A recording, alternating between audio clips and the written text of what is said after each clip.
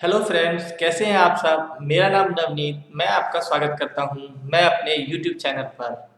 आज हम डिस्कस करेंगे अकाउंट्स का पार्टनरशिप चैप्टर, जिसमें फंडामेंटल जो पहला टॉपिक है उसको हम डिस्कस कर रहे थे। और इसकी एक क्लास हमारी ऑलरेडी हो चुकी है। अगर वो आपने अभी तक क्लास नहीं देखी है तो प्लीज़ पहले आप उसे एक बार ज़रूर देखें, क्योंकि उसके अंदर कुछ बेसिक बातें हैं।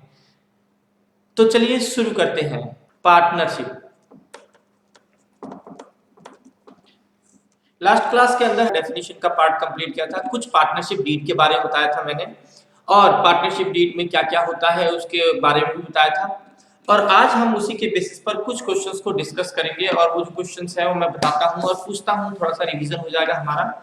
अगर पार्टनरशिप डीड के अंदर पार्टनरों ने salary, interest on capital, profit sharing ratio, interest on drawing, इन सब चीजों का डिस्कशन अगर कर रखा है या उनको डिसाइड पहले से कर रखा है, तो ये बताओ फिर तो वही रूल लगेगा जो पार्टनरशिप डीड के अंदर लिखा हुआ है। बट अगर पार्टनरशिप डीड नहीं बनाया पार्टनर्स ने, तो फिर कौन सा रूल लगेगा। तो ऐसे में पार्टनरशिप एक्ट का रूल लगता है। और पार्टनरशिप एक्ट क्या कहता है कि किसी भी पार्टनर को कोई सैलरी नहीं मिलेगी, कोई इंटरेस्ट ऑन कैपिटल, कोई इंटरेस्ट ऑन ड्राइंग बिल्कुल नहीं लगेगा, कोई कमीशन नहीं मिलेगा। अगर पार्टनरशिप डीड में तय कर रखा है तब तो मिलेगा, अदरवाइज नहीं मिलेगा। ठीक है, तो एक क्वेश्चन मैं पूछता हूं, आप सब बताओ कि क्या पार्टनर को सैलरी एब्सेंस ऑफ डीड है। एब्सेंस ऑफ डीड, तो डीड नहीं बनाया है, तो ऐसे में क्या पार्टनर को salary salary to partner allowed होगा या नहीं होगा। तो जवाब होगा कि नहीं, उनको ये नहीं मिलेगा। दूसरे नंबर पे पूछता हूं, इंटरेस्ट ऑन पार्टनर्स कैपिटल, क्या ये अलाउड होगा कि नहीं।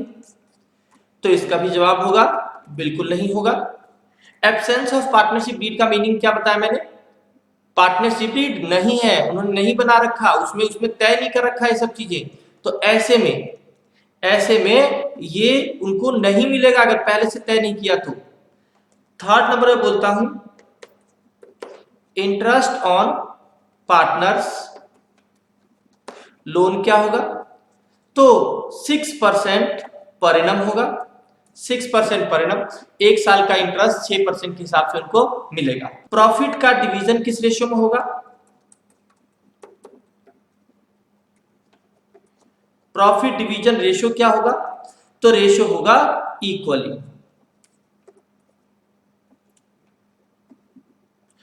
अगर मैं बोलता हूं कि थोड़ा इसे समझा दूं, मैं ध्यान से देखो, अगर दो पार्टनर है तो प्रॉफिट 1:1 में बटेगा। कैसे, इसे समझो। सिंपल बताओ, इक्वल बांटने का मतलब क्या हुआ कि अगर मान लो किसी बिजनेस में प्रॉफिट हो गया 1 लाख का, तो इक्वल इक्वल दो जनों को बांटेंगे तो कितना कितने का बटेगा, 50,000 50,000। लेकिन ये आएगा कैसे, इसे समझ लो ऐसे। हमें जब ए को प्रॉफिट देना होगा तो ए का प्रॉफिट इसमें से होगा कितना, 1 लाख का ए का रेशियो कितना है 1, और इस रेशियो का टोटल करके डिवाइड में डाल दो। ए का रेशियो कितना है 1, और इस रेशियो का टोटल करके डिवाइड में डाल दो और सॉल्व करो तो ये आ गया 50,000। ए को कितना मिला 50,000। इसको ऐसे सॉल्व करते हैं, अगर बिजनेस का प्रॉफिट 1 लाख था तो ए को आधा मिलेगा, और आधा कैसे निकालते हैं, 1:1 है तो 1/2 कर देंगे, रेशियो का टोटल डिवाइड में डाल देंगे। ऐसे ही बी का प्रॉफिट क्या होगा, बी का प्रॉफिट 1 लाख में उसका भी शेयर आधा होगा। ठीक है, और ये भी कैलकुलेशन कितना हो गया 50,000। एक और एग्जांपल, अगर मैं बोलता हूं ए बी सी डी, ये 4 पार्टनर है और इनका रेशियो 1:1:1 है, चारों का 1:1:1 है। अब बिजनेस के अंदर प्रॉफिट हुआ है 1 लाख का, तब कैसे बांटेंगे, बिल्कुल ऐसे। ए को कितना मिलेगा, ए का प्रॉफिट आएगा 1 लाख में, ए का शेयर कितना है 1, और रेशियो का टोटल कितना हो रहा है 4, 1/4। इसका मीनिंग क्या हुआ 25,000। ठीक है, बी का प्रॉफिट कितना हो गया 1 लाख का 1/4, 25,000।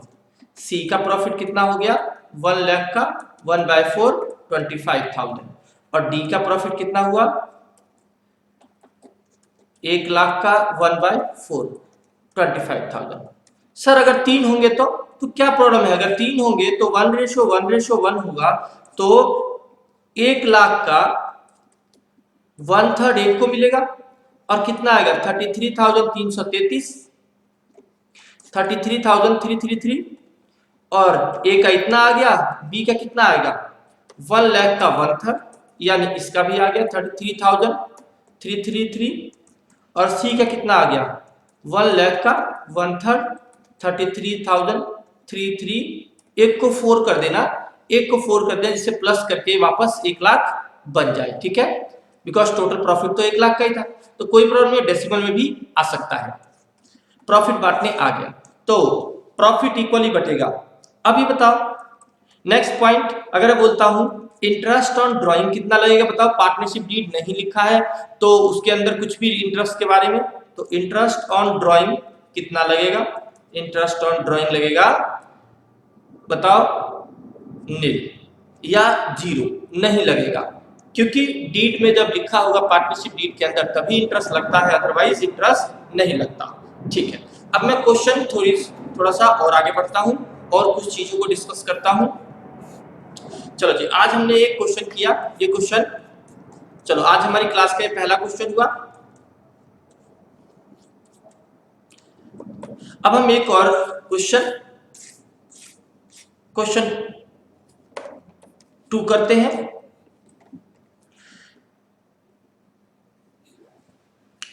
अगर मान लो कोई पार्टनर है P, Q और R, P, Q, R और उनके बीच में किसी बात को लेकर के झगड़ा हो जाता है या उनके बीच में डिफरेंसेस क्रिएट हो जाते हैं,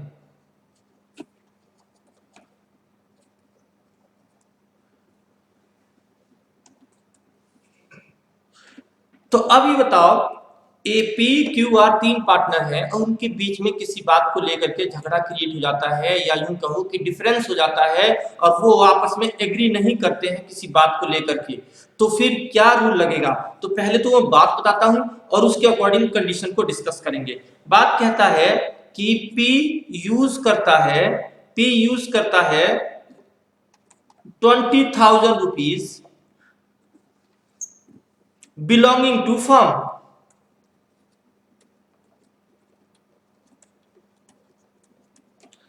P यूज करता है 20,000 रुपीज बिलोंगिंग टू फर्म। इसका मतलब क्या हुआ कि P ने इस्तेमाल किया 20,000 रुपया जो कि बिजनेस का था और आगे उसने इस पैसे का यूज करके और प्रॉफिट कमा लिया, उस पैसे का यूज करके प्रॉफिट अर्न कर लिया 5,000 रुपीज। तो अब ऐसे में Q और R ये कह रहे हैं कि जो प्रॉफिट का अमाउंट है वो P को बोल रहे हैं कि P ये फर्म को दे दे। क्या बोल रहे हैं कि P को ये देना पड़ेगा फर्म को प्रॉफिट। दोबारा सुनो सवाल क्या कह रहा है P बिजनेस का पैसा ले गया, बिजनेस का पैसा अपने घर ले गया, ले जाके उसको कहीं पर किसी काम में लगा दिया, अपने घर के पर्सनल काम में, और वहां लगा के और उसने 5,000 रुपये कमाई कर लिया, ठीक है, बिना बताए ले गया पैसा और उसको ले जाके उसने अपने पर्सनल काम में यूज कर लिया, पर्सनल किसी भी तरह से किसी को लोन कर्जा वर्जा कुछ भी दे दिया और उस पर उसने 5,000 रुपये कमा लिया, ठीक है। अब सवाल उठता है कि Q और R को ये बात पता चल गई और वो कहते हैं कि P आपने जो ये प्रॉफिट कमाया है ये आपको देना पड़ेगा फर्म को, और जब ये फर्म को दोगे तो ये फर्म का प्रॉफिट माना जाएगा और ऐसे में ये सभी को बंटवारा होगा P, Q, R तीनों को।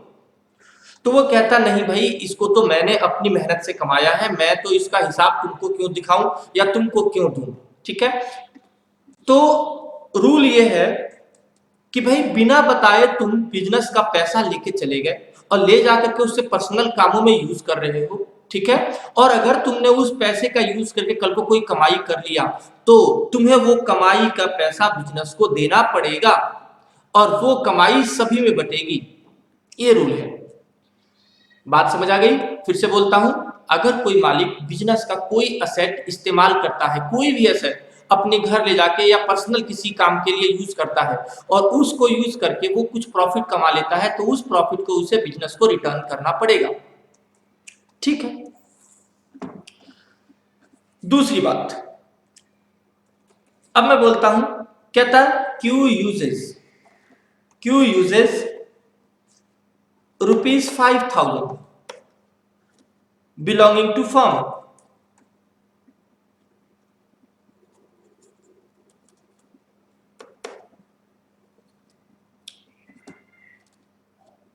belonging to फर्म का पैसा लेके चला गया और उसने क्या किया, उसने उस पैसे को ले जाके यूज किया और लॉस हो गया उसको 1,000 का। तो अब क्यों ये कहता है कि देखो, जब पी लेके चला गया था पैसा और उसने ले जाके उस पैसे से कमाई कर लिया था, तो तुम बिजनेस वालों सबने उससे कमाई के पैसे ले लिए थे, पूरे बिजनेस का वो कमाई बन गया था। यानी कमाया उसने अपनी मेहनत से, बट वो कमाई बिजनेस ने ले लिया और सबने मिल करके उससे दिलवा दिया। तो अब एक काम करो, मैं बिजनेस का पैसा मैं यूज कर रहा हूं और पर्सनल काम से यूज किया मैंने बिना बताए। तो एक काम करो, ये पैसा में अगर नुकसान हो गया तो नुकसान भी बिजनेस के नाम पे मैं डाल दूंगा, और ये नुकसान मेरा अकेले का नहीं होगा और ये फर्म को चला जाएगा नुकसान, ऐसा वो बोल रहा है करने के लिए। और ये नुकसान वो सबको बंटवाना चाहता है। क्या कहा उसने कि देखो, प्रॉफिट हुआ था, ले लिया था, बंटवारा हो गया था, तो कल को अगर लॉस हुआ तो उसको भी ले लो और बंटवारा कर दो। तो रूल समझो, रूल ये ऐसा अलाउड नहीं है। लॉस कोई पार्टनर बिजनेस को नहीं दे सकता है, ये उस पार्टनर की एक पेनाल्टी है या उसको एक सजा है। किस बात की सजा है कि देखो, बिजनेस का पैसा बिना पूछे क्यों लेके गए, और अगर तुमने बिना पूछे पैसे को लेके चले गए और कहीं उससे तुमने कमा लिया, तो कमाई तो तुम्हें पूरी देनी पड़ेगी बिजनेस में, और अगर कहीं नुकसान हो गया तो नुकसान तुम खुद झेलो या उस नुकसान का भरपाई तुम खुद अपनी जेब से करो। बिजनेस तुमसे पूरे अपने पैसे वापस लेगा। ठीक है, कमा लिया तो कमाई के साथ साथ पूरा पैसा वापस करना पड़ेगा, और अगर लॉस हो गया तो लॉस तुम जानो, हमें तो पूरा पैसा बस वापस कर देना। ठीक है, इसका मतलब क्या हुआ, ये ही पेनाल्टी है। लॉस तुम दे नहीं पाओगे, लॉस तुम्हारा अकेले का और प्रॉफिट सबका। ये तो क्या क्यों ये कहता है कि मैं ये लॉस फर्म को दूंगा, तो क्या वो ऐसा कर पाएगा? यहां पर पी और क्यू सही है, सॉरी पी और आर कह रहे थे कि ऐसा नहीं होगा, तो क्या ये उनकी बात सही है क्या? तो पी और आर ने जो बोला कि लॉस जो है वो लॉस बिजनेस में आना अलाउड नहीं है, तो उनकी बात सही है, पी और आर सही है, और क्यू जो चाहता है कि लॉस बिजनेस को दे दिया जाए वो नहीं हो पाएगा। इसके बाद इसके अंदर थर्ड बात देखते हैं इसकी, कहता है पी और क्यू दो पार्टनर हैं, एक आर भी है। ये दोनों चाहते हैं कि जो ए की शॉप है ना, वहां से हम सामान परचेज करके लाएं। पी और क्यू चाहते हैं कि हम ए की शॉप से सामान खरीद के लाएं। आर ये कहता है कि नहीं, ऐसा नहीं करना, उससे मत खरीदो, मैं जिस दुकान को बताता हूं उससे खरीदो, मेरी जान पहचान की दुकान है या जो मर्जी, ठीक है, ऐसे मर्जी। अब भाई जब यहां सही मिल रहा है सामान और उसके लिए दो लोग तैयार हैं और एक कहता है कि नहीं यहां से मत लो, यहां इससे दुश्मनी है या जो मर्जी है, वो इससे मना कर रहा लेने से, ठीक है, आर मना कर रहा उससे लेने से, तो ऐसे में रूल क्या रहेगा? रूल ये रहेगा कि अगर बिजनेस के अंदर हमारी फर्म है और इसके अंदर कोई भी बिजनेस मैटर उठता है, बिजनेस मैटर क्या होता है वो सुनो, सेल परचेज गुड्स, किस देखो सेल क्या करना है, परचेज क्या करना है, कहां से करना है सेल, मतलब कहां सेल करना है, कहां परचेज करना है, गुड्स कैसे बनाएंगे, क्या करेंगे, और हम किसको जॉब पे रखेंगे, किसको जॉब पे नहीं रखेंगे, ठीक है। बिजनेस के मामले, बिजनेस के अंदर जो मामले होते हैं, खरीदना, बेचना, बनाना, ये सब कैसे काम होगा, लोन लेना, ठीक है। तो ये सब जो बातें हैं, इन सब बातों से रिलेटेड कल को कोई भी डिफरेंस क्रिएट होता है मालिकों के बीच में, कोई भी झगड़ा होता है मालिकों के बीच में, तो उस झगड़े का समाधान मेजोरिटी से किया जाएगा। मेजोरिटी क्या होता है कि जो ज्यादा लोग यस बोलेंगे, जो यस बोलने वाले ज्यादा हैं तो उनकी बात सुनी जाएगी, या फिर नो बोलने वाले ज्यादा हैं तो उनकी बात सुनी जाएगी। यानी यहां देखा जाए तो यस बोलने वाले 2 लोग हैं पी क्यू, और नो बोलने वाला एक आदमी है आर, तो फिर मेजोरिटी किसके साथ है, यस बोलने वालों के साथ, कि सामान खरीदना है।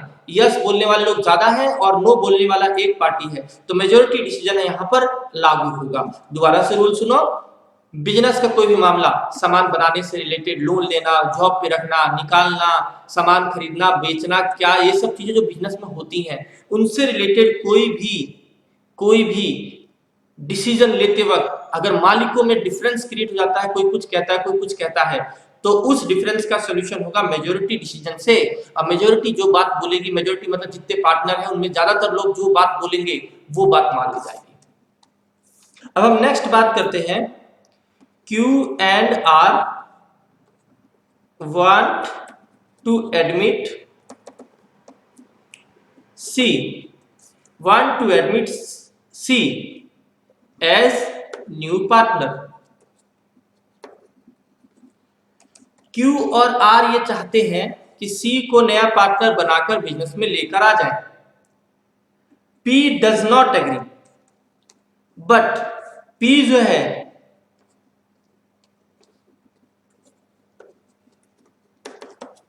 P इस बात के लिए एग्री नहीं करता है, वो इसको मना करता है कि नहीं, C को नहीं बुलाना।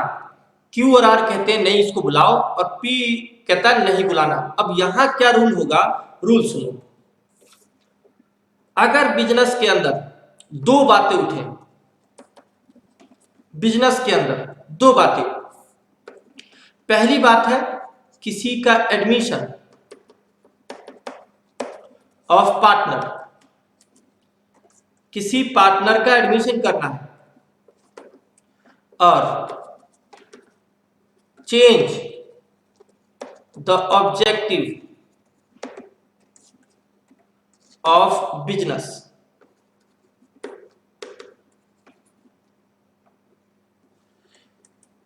ये बताता हूं पहले क्या है।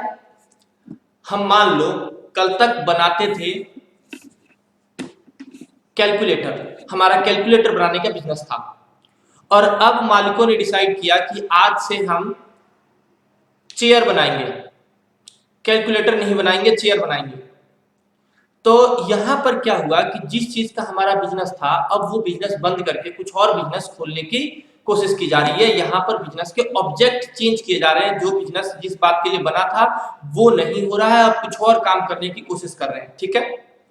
बिजनेस का ऑब्जेक्ट चेंज कर रहे हो, तो इन 2 मामलों के अंदर ऑल पार्टनर एग्री होंगे तो ये काम हो जाएगा। और अगर एक भी पार्टनर इस चीज के लिए मना करता है तो ये काम नहीं हो पाएगा, दोनों में से कोई सा भी।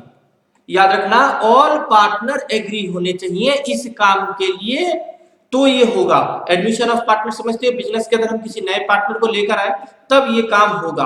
अब बताओ, ये जो हमारा जो क्वेश्चन है इसमें यही बात तो लिखा है कि 2 जने चाहते हैं कि सी को बिजनेस के अंदर एडमिट कर लिया जाए, पार्टनर बनाकर, न्यू पार्टनर बनाकर, और एक जना कहता है कि नहीं होगा ऐसा। अब जानते हो यहाँ पर ये तो एडमिशन वाली बात है, और जब भी एडमिशन वाली बात है तो इसमें रूल है कि अगर एक बंदा भी मना कर रहा है तो ये एडमिशन नहीं हो पाएगा, क्योंकि यहाँ ऑल पार्टनर एग्री होंगे तो यहाँ पर एडमिशन हो पाएगा, और एक भी अगर ना बोल दे तो वो काम नहीं हो पाएगा। यहाँ मेजोरिटी नहीं देखना है, मेजोरिटी केवल बिजनेस के मामलों में देखना है, जो बिजनेस के डेली के काम होते हैं उसमें। यहाँ एडमिशन करने ऑब्जेक्टिव चेंज करने में मेजोरिटी का डिसीजन नहीं देखा जाएगा, ओनली देखा जाएगा ऑल पार्टनर यहाँ एग्री है या नहीं है। तो ये दो मामलों में सभी पार्टनरों की सहमति चाहिए, सब लोग यस बोलने चाहिए। ठीक है, एक क्वेश्चन और करते हैं, क्वेश्चन ध्यान दो।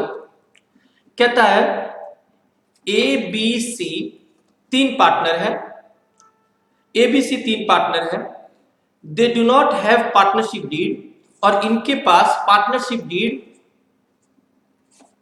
नहीं है, पार्टनरशिप डीड नहीं है। आगे कहता है उन्होंने डीड नहीं बनाया at the end of the first year, और जब फर्स्ट ईयर एंड हुआ, यानी एक साल बिजनेस उनका चलता चलता यहां जब एंड हुआ, ईयर 1 जब एंड हुआ, तो क्या हुआ वो सुनो। A want to interest on capital should be allowed to the partner and B and C does not agree. A ये कहता है कि भाई इंटरेस्ट ऑन कैपिटल यस करो, इंटरेस्ट ऑन कैपिटल अलाउड करो, चलो ऐसे लिखता हूं मैं इसे, इंटरेस्ट ऑन कैपिटल अलाउड करो।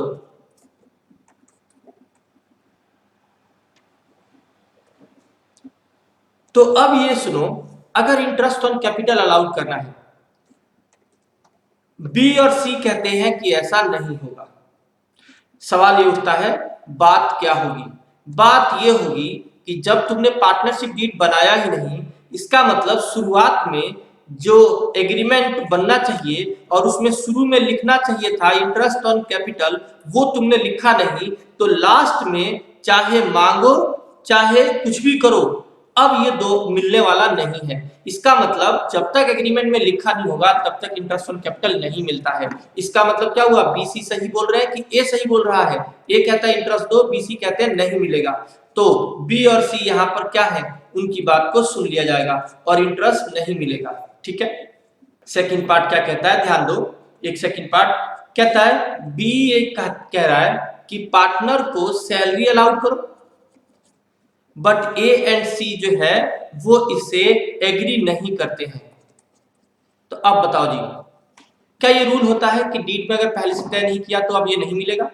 डीड में या तो पहले से तय करो, नहीं तो वो फिर नहीं मिलेगा। ठीक है, तो यहां पर ए और सी सही बोल रहे, और अगेन बी यहां पर जो सैलरी अलाउड करने को कह रहा है, ये उसको अलाउड नहीं हो पाएगा, किसी को भी नहीं मिल पाएगा। ठीक है, थर्ड बात करते हैं। थर्ड बात, she want that the loan given to him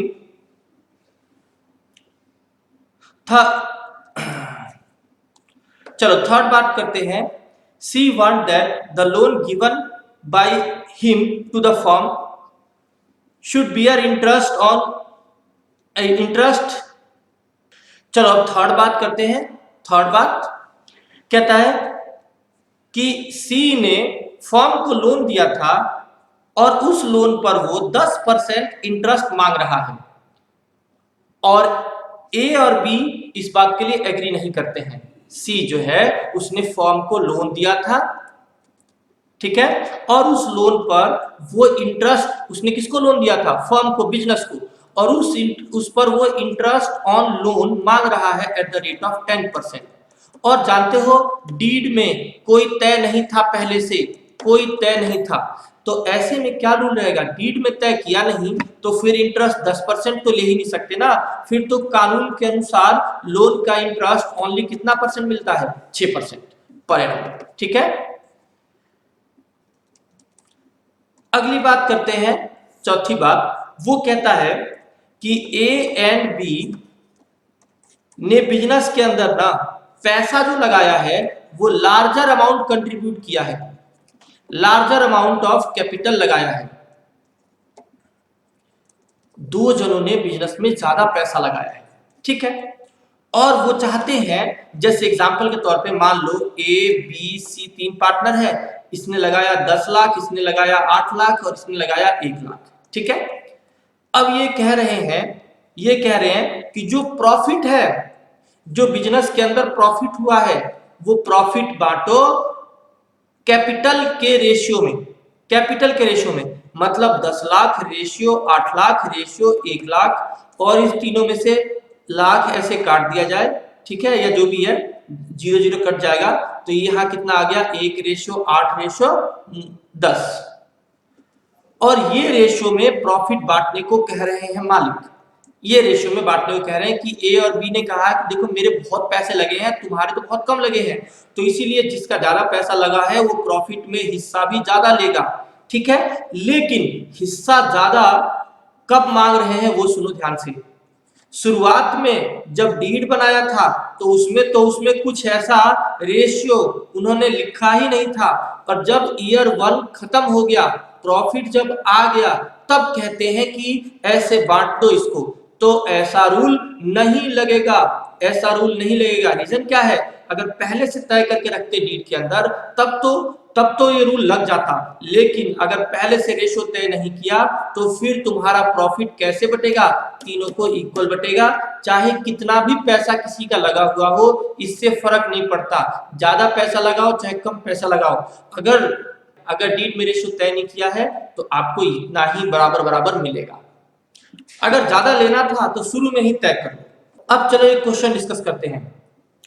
कहता Mahesh and Ramesh are partner with capital of 50,000 और 60,000। एक महेश है और एक रमेश है, और इनकी जो कैपिटल लगी हुई है बिजनेस के अंदर वो लगी है, एक की 50,000 और एक की लगी है 60,000।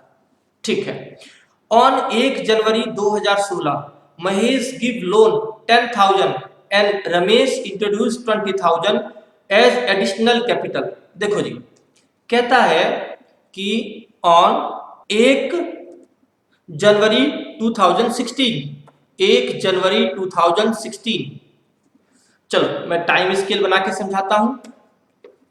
1 जनवरी 2016 को महेश ने लोन दिया, एम गिव्स, महेश ये शॉर्ट में लिख दिया मैंने, M gives loan to firm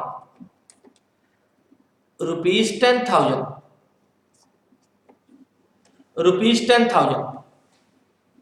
and Ramesh introduce 20,000 as additional capital, और जो आर है उसने इंट्रोड्यूस किया है 20,000 एडिशनल कैपिटल।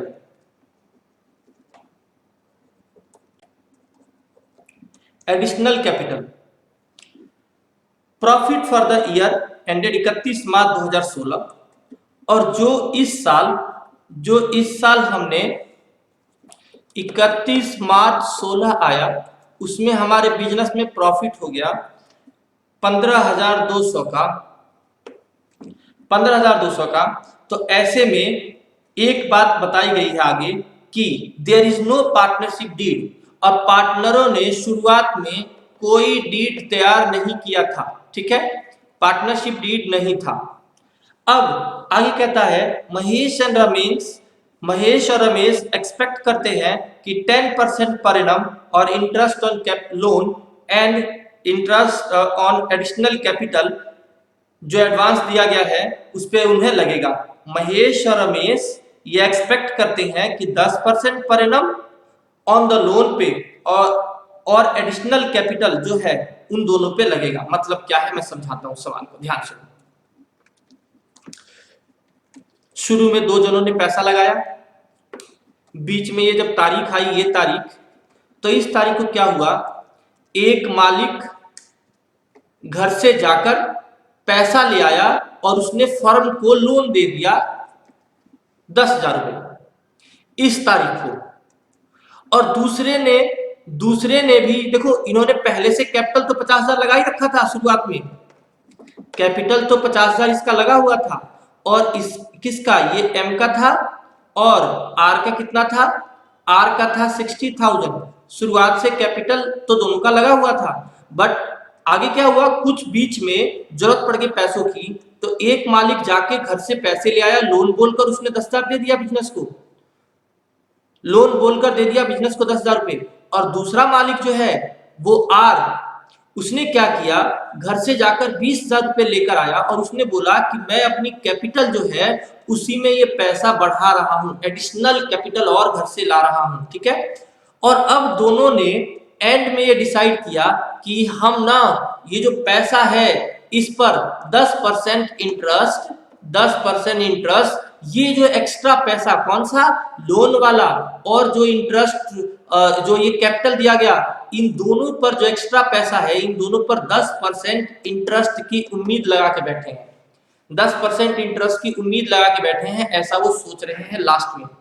अब सवाल ये उठता है कि भाई शुरुआत में तो तुमने डीड तो बनाया नहीं, शुरुआत में तो तुमने डीड में कुछ तय किया नहीं, बाद में पैसा दे दिया और अब पैसे के ब्याज को लेकर के, पैसे का जो इंटरेस्ट है उसको लेकर झगड़ा हो रहा है। तो झगड़ा है तो रूल क्या होता है, जब डीड नहीं बनाया तो रूल ये होता है कि इंटरेस्ट ऑन लोन, जो बंदा लोन दे रहा है उसको तो 6% पर एनम के हिसाब से मिल जाएगा, और जब डीड नहीं बनाया है तो इंटरेस्ट ऑन कैपिटल ये तो मिलेगा ही नहीं। जब डीड नहीं बनाया है तो इंटरेस्ट ऑन कैपिटल मिलेगा ही नहीं। और इस भाई ने जो पैसा लगाया है वो तो बोलकर लगाया कि मैं कैपिटल दे रहा हूं और पैसा कैपिटल का दे रहा हूं, तो इसका मतलब इसको तो कुछ मिलेगा नहीं, ठीक है। एम को तो इंटरेस्ट ऑन लोन मिल भी जाएगा, बट आर को कोई भी इंटरेस्ट ऑन कैपिटल नहीं मिलेगा, क्योंकि ऐसा इंटरेस्ट ऑन कैपिटल तो तब मिलता है जब पहले से डीड में तय कर रखा हो, ठीक है। तो इसका मतलब क्या हुआ, ओनली यहाँ पर इंटरेस्ट ऑन लोन मिलेगा किसको, टू एम को। एम ने इंटरेस्ट लोन दिया था तो उसको इंटरेस्ट मिलेगा। अब चलो हिसाब करते हैं, 10,000 का उसने लोन दिया था और ये लोन बिजनेस में कितने महीने रहा, देखो जनवरी में लोन दिया, मार्च में प्रॉफिट का हिसाब किया गया मार्च में। तो अब सुनो, 1 जनवरी से 31 मार्च तक 3 महीने होते हैं, ठीक है, और ये 6% है वो 1 साल का है। तो अब सुनो, 10,000 का लोन था, उस पर 6% इंटरेस्ट 1 साल का बनता है, और उस बंदे ने जो लोन दिया वो बिजनेस में लोन 3 महीने के लिए यूज हुआ, ठीक है, 3 महीने के लिए, तो 3 महीने का उस पर इंटरेस्ट कैलकुलेट कर लेंगे 3/12। तो ये 150 रुपए आ गया, ये 150 रुपए आ गया। अब सुनो ये कैसे होगा हिसाब, 15,200 का जो टोटल बिजनेस में प्रॉफिट था उसमें सबसे पहले इंटरेस्ट ऑन लोन वाले को पेमेंट कर दिया जाएगा। उसका इंटरेस्ट ऑन लोन कितना बनता है, 150, और 150 का इंटरेस्ट ऑन लोन ये किसको मिला, इंटरेस्ट ऑन लोन मैं लिख देता हूं, नाम क्या था उसका, एम का इंटरेस्ट ऑन लोन, ठीक है, वो हटा दो। अब बचा 15,000 और 050, ठीक है, इतना पैसा बच गया। और ये पैसा जब किसी ने डीड में कुछ रेशो तय नहीं कर रखा, तो रेशो क्या लगता है, जब डीड में तय नहीं करोगे तो फिर तो रेशो इक्वल रहेगा, और इक्वल रेशो में हमने बांट दिया, 15,050 का आधा एक को दिया और 15,050 का आधा, 15,050 का आधा दूसरे को दे दिया। इसका आ गया 7525 और इसका आ गया 7525। और सुनो जी, ये हो गया एम का और ये हो गया आर का। इस तरह से प्रॉफिट बांट दिया।